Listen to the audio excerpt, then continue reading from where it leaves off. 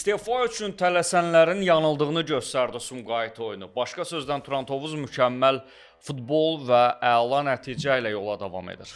Hər vaxtınız xeyir, Turan Tovuz söhbətlərində Sumqayıtla oyunda yaşananlar və qış təlim məşq toplanışı ilə bağlı fikirlərimizi bölüşəcəyik. Ümumiyyətlə çox maraqla gözlənilən qarşılaşma idi. Ən azından ona görə ki, komandanın Antalya təlim məşq toplanışından azarkeşlərin arzuladığı, gözlədiyi həmin o xoş siqnallar gəlirdi. Oyun tərzinin dəyişməsi, daha çox topla oynayan Turan Tovuz, topla oynamağa çalışan, topla çıxmağa çalışan Turan Tovuz formalaşdığına, Turan Tovuz qurulduğuna, Turan Tovuzun olacağına dair məlumatlar gəlirdi və bu qarşılaşma bizə göstərdi ki, Berdiyev və rəhbərlik etdiyi məşqçilər korpusu buna çox ciddi cəhd ediblər. İndi bilmirik nə qədər bu davam eləyəcək, amma hələlik bu məsələdə israrlıdırlar, istəklidirlər.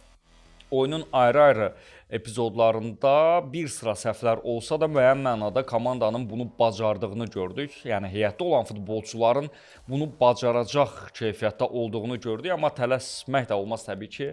Bir neçə oyun sonra yanılmış da ola bilərik. Çünki bəzi epizodlarda hələ doğrudan da komandanın, ayrı-ayrı futbolçuların, ayrı-ayrı xüsusilə müdafiəçilərin belə deyək, buna tam hazır olmadığını, indi bilmirəm bunu bacarmadığını deyək, yoxsa hazır olmadığını, ən azı hazır olmadığını deyə bilərik. Təkcə Turan Tovuzun buraxdığı qolda müdafiədən çıxarkən verilən o kobud səhv, o top itkisindən sonra rəqib Turanı mərkəzə dəvət etdi və bu epizod, o səhnə bizə göstərdi ki, bax belə səhvlər də olur, həm də topla oynamaq bu qədər rahat deyil, danışıldığı qədər rahat deyil. Ümumilikdə isə ayrı-ayrı hücum fazalarında, ayrı-ayrı epizodlarda biz komandanın bunu bacardığını gördük. Hətta 1-2 hücum var idi ki, bunu daha da mükəmməl, çox mükəmməl etdi deyə bilərik bəzi futbolçular sayəsində. Onlardan biri Serrano'ydu. Turan Tovuz üçün xeyirli olsun bu yeni oyun fəlsəfəsi, yeni oyun, yeni taktiki yanaşma, əslində bunun əsl adı belədir və bu müəyyən mənada effekt verdi. Bu dəfə daha çox pressing edən, daha intizamlı Turan Tovuz gördük. Bu dəfə daha istəkli Turan Tovuz gördük.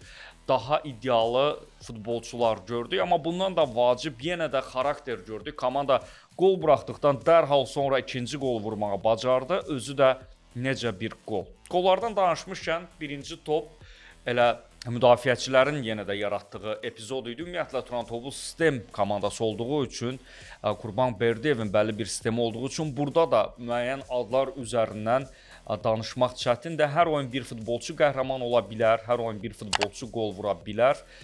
Bax bu qarşılaşmada ilk qolu Jorge Silva və Hurtado rəqib qapısından keçirdi deyə bilərik. Onun ötürməsi sonrası Hurtado fərqləndi Jorge Silva'nın. Bu ayrı məsələ ki, oyunun gedişində biz görürdük Silva öz cinahını qoyub əks cinaha out atışlarına gedirdi. Komanda artıq gün zərbələrindən sonra yan xətt atışlarını da outlarda təhlükəli yerinə yetirə bilir, xüsusi yanaşır bu məsələyə. Ümumiyyətlə, Turan Tovuz bax bu oyunda gözümüzdə ümumi bir şəkilləndi deyə bilərik. Müdafiəsi möhkəm olan, artıq qurulmuş olan, hətta bu müdafiənin qurulması üçün bir xeyli vaxt itirən, əziyyət çəkən komanda, bunun ardınca biraz daha baxımlı futbol sərgiləməyə çalışan komanda və bundan da vacib nəticə üçün oynayan komanda, lazım olanda nəticəni qazanmağa çalışan komanda. Bax, belə bir Turan Tovuz var gözümüzün önündə və ən böyük silahı da standart vəziyyətlərdə artıq yan xətt atışları, hətta gün zərbələrini keçib deyə bilərik. İlk qolda da Jorge Silva'nın yan xətt atışı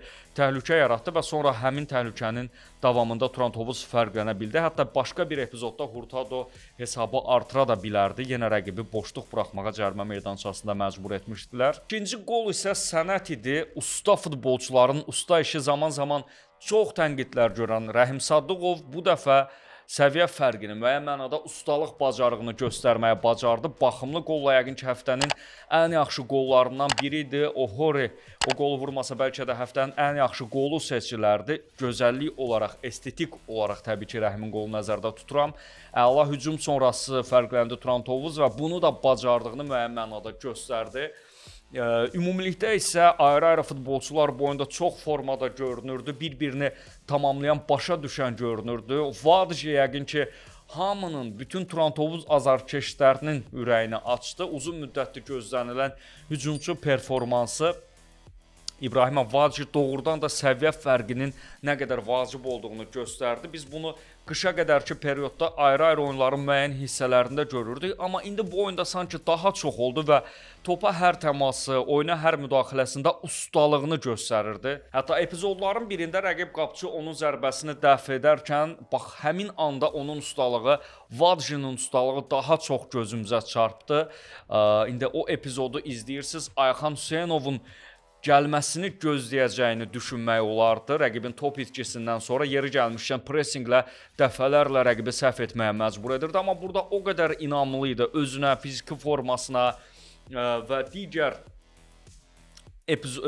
məqamları o qədər dəqiq hiss etdi ki, atdı, qaçdı və bu epizodda sanki tək başına təhlükə yaratmaq çətinmiş kimi görünürdü, amma Vacir az qala qol vururdu. Eyni zamanda bunun kimi başqa məqamlar da oldu. Serrano yenə öz işindədir, maestrodur.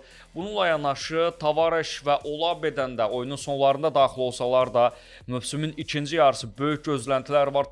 Tavaresin ümumiyyətlə sağalması və təlim məşq toplanışında da özünü göstərməsi məncə Turan-Tovuz azarkeşlərinin ümidini biraz daha artırdı. Bir sözlə Turan-Tovuz möhkəm qayıdıb, əslində biz ötən verilişlərimizdə istefa şüarlarına görə azarkeşləri qınayarkən də bax bu məqama diqqət yetirmək istəyirdik. Qəbələ ilə qarşılaşma var. Orada da 3 xal qazanlarsa komandada vəziyyət olduqca idealdır, olduqca çətin çempionat keçir bu mövsüm, olduqca fərqli çempionat keçir bu mövsüm və bu mübarizənin içində olmaq böyük uğurdur. Bu heyətlə, bu imkanlarla bax bunu demək istəyirdik. Komanda hələ də yoluna davam edir və sona qədər sanki bax bu mübarizənin içində olacaq. Ən əsası komanda ənənəvi olduğu kimi təlim məşq toplanışından sanki rəqiblərə baxanda nisbətən daha çox artırıb gəlib, xüsusilə fiziki mənada daha rahat hiss edirdi futbolçular özünü, daha dinamik, daha hərəkətli idilər və bunu növbəti oyunlara daşımaq vacibdir. Heyət də pis deyil, rotasiya imkanları da var. Bu arada heyətdən söz düşmüşkən Alex Souza'nın yaxşı pula satılmasını da uğur kimi qiymətləndirmək olar. Məhz bu əlavə imkanlar yaradır, əlavə rahatlıq verir yeni transferlər və heyəti daha da gücləndirmək üçün əldə etdiyi məlumata görə daha bir transfer gözlənilir. Amma olmasa da sanki bütün mövqelər üzrə oturuşmuş bir komanda var və ən əsası bu qələbədən sonra azarkeşi ilə, futbolçusu ilə, məşqçisi ilə, rəhbərliyi ilə hamısı bir yerdə yüksək istəkli və kluba inanan, futbolçulara inanan, nəticəyə, uğura inanan bir camiə var. Qarşıda Qarabağ oyunu var və komandanın Kəpəzə məğlub olması Ağdam klubunun işləri bir xeyli qəlizləşdirdi deyə bilərik. Bundan sonraki maçda artıq Qurban Qurbanovun komandası 3 xaldan başqa heç nəyi düşünməyəcək. Rəqib kim olursa olsun, üstəlik Sabahın da fərqi açması Qarabağı bu oyunda daha aqressiv, daha istəkli eləyəcək. Bu oyundan əslində bir xal da qazanılsa Turan-Tovuz üçün böyük uğurdur deyə bilərik. Hansı tərəfdən baxsaq, təbii ki, Tovuz azarkeşləri tələbkardır və 3 xal arzulayırlar, amma bu görüşdə sadəcə bir xal qazanılmağa Turan-Tovuz adına böyük uğur olacaq. Orada bir təsəlli də var ki, zirə bu tur Sabah bu tur zirənin qonağıdır və orada ilişmək ehtimalları yüksəkdir. Əgər Sabah oradan da 3 xalla ayrılarsa, Turan-Tovuz Qarabağ-Turan-Tovuz oyununun elə ən yaxşı çıxan bu oyundan Sabah olacaq. Çünki əsas rəqiblərdən daha biri büdrəyəcək deyə bilərik. Buna görə də Turan-Tovuz və Qarabağın gözü həm öz oyunlarının nəticəsi ilə yanaşı, həm də gözləri Sabahla Zirənin duelində olacaq. Sportbox kanallarını bütün platformalarda izləyin və biz sizə xəbər verməsək də hadisələri ən fərqli yöndən, ən incə məqamlarla sizə tanış eləyəcəyik. Hələlik.